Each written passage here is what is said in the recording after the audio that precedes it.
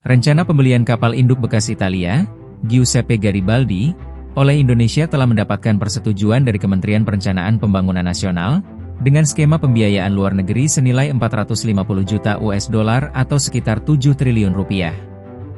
Kapal ini akan menjadi kapal induk pertama Indonesia dan juga yang pertama di kawasan Asia Tenggara jika akuisisi ini terrealisasi. Giuseppe Garibaldi sendiri adalah kapal induk keluaran 1983 dari galangan Fincantieri yang masih memiliki masa pakai 15 hingga 20 tahun setelah refitting, mampu mengoperasikan jet tempur AV-8B Harrier II dan berbagai helikopter, dan memiliki peran strategis dalam operasi militer dan kemanusiaan. Bappenas menyetujui pendanaan untuk pembelian kapal induk beserta perlengkapannya.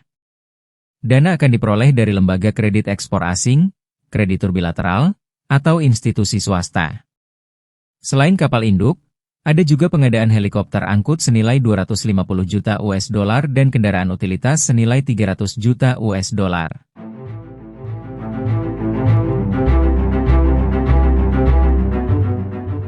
Namun tahukah kamu spesifikasi dari kapal induk Giuseppe Garibaldi? Mari kita kupas.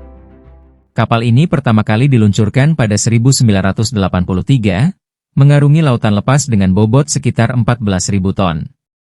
Karena jenisnya merupakan kapal induk ringan sehingga lebih ideal mengoperasikan jet tempur sejenis pesawat yang mampu lepas landas dalam jarak pendek dan mendarat secara vertikal tanpa memerlukan landasan pacu konvensional yang panjang serta mengoperasikan helikopter anti kapal selam.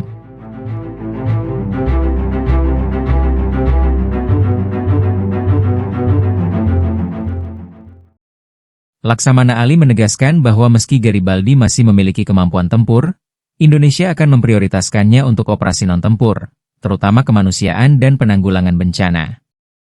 Kementerian Pertahanan sebelumnya juga menyatakan, akuisisi kapal induk ini sejalan dengan kondisi geografis Indonesia sebagai negara kepulauan yang rawan bencana alam.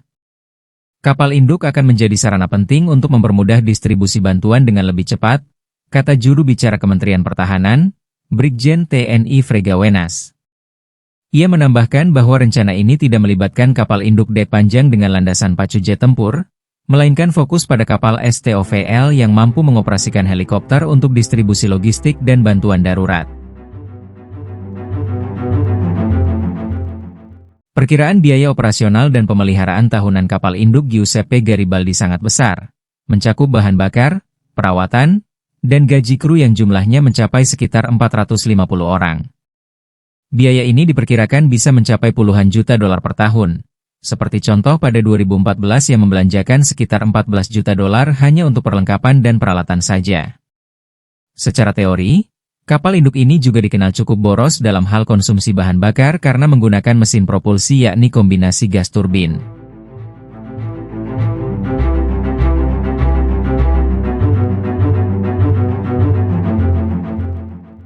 Selain itu, pengelolaan kapal induk bekas dengan usia yang tidak mudah menambah tantangan biaya, termasuk soal modifikasi dan integrasi dengan sistem pertahanan nasional.